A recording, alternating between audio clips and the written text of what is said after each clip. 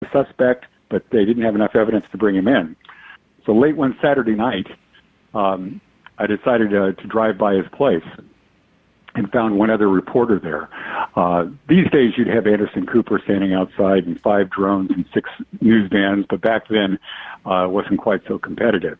And a guy named Judd Rose, who worked for local radio station KFWB at the time, he later went on to be an Emmy-winning reporter for CNN. But anyway, he and I were sitting outside his upholstery shop trying to figure out, we knocked on the door and nobody answered, and we were trying to get the interview of the year with this suspect in the Hillside Strangler case. And a neighbor tipped us off where his favorite watering hole was, a crummy little bar down the street. And we walked into the bar just thinking we'd ask some of his neighbors if they knew where he was or what information we could find out. And they immediately turned on us because they were Angelo's friends and they hated the media, much like our current administration does, but that's a whole other story. I see in the corner of my eye at the end of the bar Angelo Bono, who staring at me. And then he tries to sneak out the back door. And it's now midnight in Glendale. And jumps in his car, and my buddy and I decided we're going to follow him. And we ended up following him down these dark, lonely, isolated streets in Glendale. And he pulled over finally, and there was no one around, and comes walking up to my door at the driver's side and starts threatening us to leave him alone, and starts to reach like he's going to go for a gun. And frankly scared the heck out of us. We said, he ordered us to leave. We said, we're not going to fight this, and we left. And then 2 days later, he was arrested for killing 13 people. So that was another exciting story in my career. Do you have any stories from your career that don't end in an untimely death? Well, my career itself did. No. Drinking with Walter Cronkite. Warmer. Walter had just left the CBS Evening News desk when Dan Rather replaced him. And I kind of give some insight in the book. You'll have to read it why he really left the desk. Nobody could really understand it. He was the number one anchorman in the country, and that's the way it was. If you knew Walter Cronkite, he ruled the airwaves. And 2 weeks after he left, the anchor was out here in Los Angeles at Edwards Air Force Base covering the space shuttle because space was his first love. And he called the Bureau, TV City, and he needed a ride to his hotel, the Beverly Hills Hotel. And rather than getting our normal courier, I decided, what the heck, I'm going to hang out with Walter Cronkite. I'll go pick up Walter Cronkite and do it myself. I'll play courier. And he and I ended up going into Hollywood to a classic place, the Formosa Cafe, drinking scotch. And he told me he loosened up and tells all kinds of fun stories that are in the book. And that was quite an honor to hang out with Uncle Walter. Let me ask you a question if I can. Anything. Just considering, I just kind of want to ask for your take on the state of journalism today. You're talking about Walter Cronkite was known as the most trusted man in America.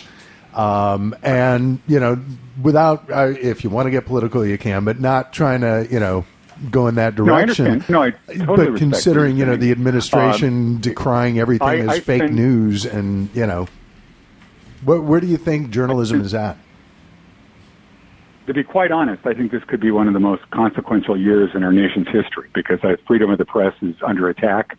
And I spend 2 or 3 chapters discussing the state of journalism today and comparing it, as you wisely just did, to starting out with Walter Cronkite to where we stand today, where, objectivity seems to have gone out the window. But I honestly think democracy and honest journalism rise and fall together. Mm-hmm. And we were seeing newspapers fall away. We're seeing objective journalism go away. We're seeing our president attack everything he doesn't like as fake news. And I'm not trying to make this political, but this is scary times because we need the First Amendment. The journalism speaks for the people. And I don't want to get corny here, but I literally feel the President of the United States has spent the entirety of his first year in office leading an unrelenting assault on the First Amendment. Or, you could also take the other side of the coin and say it's the media's fault because, sure, that some networks are left, some are right. Objectivity seems to have gone out the window. But, yeah, we sorely need Walter Cronkite. And go in quite a bit of depth at that late in the book. But I truly believe democracy and freedom of the press go hand in hand, and these are scary days. Absolutely. That was actually gonna be. Sorry. We'll go all over the map. But anyways, the book is really there's 3 story arcs. My adventures with famous people, everybody from Frank Zappa to Barack Obama to Phil Spade, Mae West, and Henry Fonda's final interview. But then it gets into the beleaguered world of journalism and how it's changed. Late in the book, I come up with this plan to save the world of journalism. I think I do. Where journalists have to be accredited, and they can call themselves a journalologist or something, just like lawyers have to pass the bar. I like that. I like that. Huh? I like it. Yeah, and it's semantics, but it makes a lot of sense. To make them stand out. And anyway, just a way to do it. And I talked to a USC top professor there in the School of Journalism and get his thoughts on it. And then, as I said, the book has 3 arcs: the famous people, the world of journalism, and then finally my private life, where I have to juggle my mistress, thus the title, In Bed with Broadcasting, which can be found, by the way, at kendaviswriter.com. But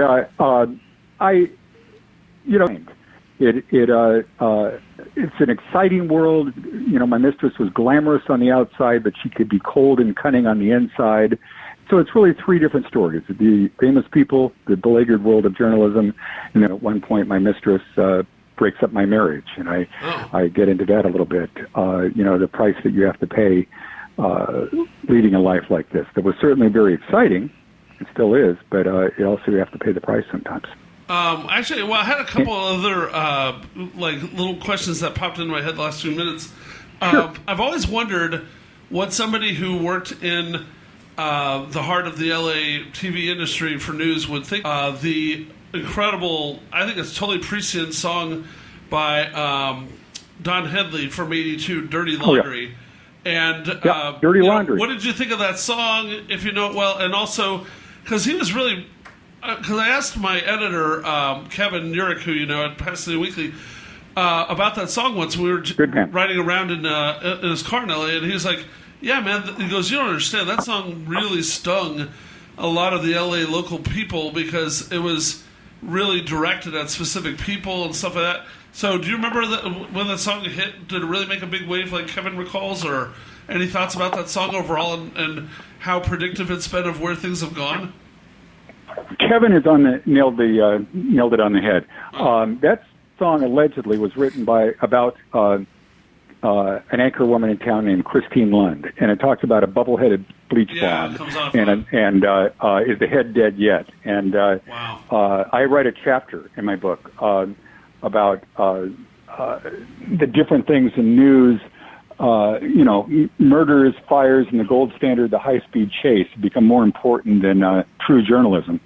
And it's just, I even tell a funny story, and I hope it's not too off color. No, go ahead. But an old workout horse told me, "Hey, kid, for a successful newscast," this was my boss at the time, "you've got to include a sexy woman, a lovable kid, an adorable animal, or a needy veteran. I call it my tits, tots, and pets and vets formula." Wow. So as true now as it ever was. But it is true. It's true. It's the gold standard, the high-speed chase. I also talk about it's. Don't forget the water skiing squirrels.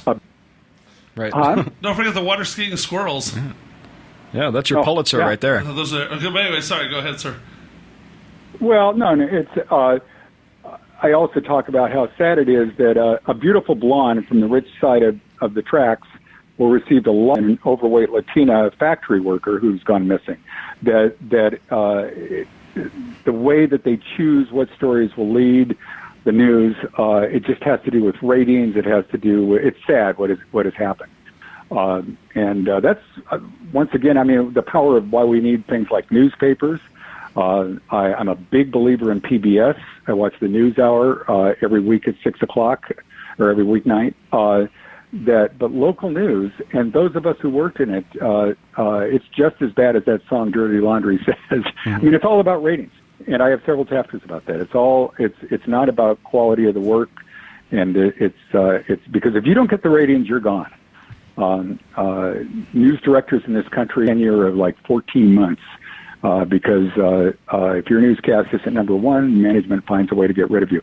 I propose in the book that we take advertising away from news. Wow. When Edward R. Murrow, this goes way back, and when television began, news was considered a public service, and news was considered. They made their money with the other shows. They made their money with I Love Lucy, with the Milton Berle show. This goes way back, and the newscasts were just there to give the station credibility and to give it gravitas and to make it a legitimate force in society. But now that it's all about commercials, and it's really newscasts are just teasing you to stay for the next commercial. I'm not afraid to admit it. Yeah. And then I really, at the end of the book, rip into the media how it's. I'll just tell you the name of the chapter is "Midgets Are Big This Year." And it's disgusting how approached actually by a producer to do a story about little people, but he wanted to just make fun of them almost because he said, Ken, midgets are big this year, and I couldn't believe those words came out of his mouth. It was actually a woman out of her mouth. They didn't care. I mean, it's just whatever makes money. If it bleeds, it leads. Yeah. I'm pretty sure that's what Dirty Laundry is right. I'm pretty sure that's what the movie The Post is about. Yeah. Yeah. Kay Graham went through the same thing. As last, go ahead. Sorry. No, you go ahead. I had one last question because we're out of time in a sec here, but I really liked the movie Nightcrawler a couple of years back. And that was a satire. It seemed like they were really nailing Channel 5 because the guy was on Channel 6, and he was actually walking up to the Channel 5 building throughout the movie. So does Channel 5 have like the worst reputation or something, or what did you think? What did you think of that movie? I'll make it even worse. My desk I was at KTLA Channel 5 for 2 different periods. My old desk was in that movie. I was watching it on Netflix, and I went, "Whoa, there's my desk." Wow. That movie I could tell you stories about those stringers, and I refer to them again in the book, In Bed with Broadcasting. But that takes it a little far, because if I recall, that guy, he was a news stringer, which he would sell his news to the station, ended up killing people or killing off his competition. Yeah, so that never happened, at least in the business. No, Kay Graham did the same thing. I like him. Actually, that was Meryl Streep, not Kay Graham. Actually, that would make the Post a watchable, but boring movie.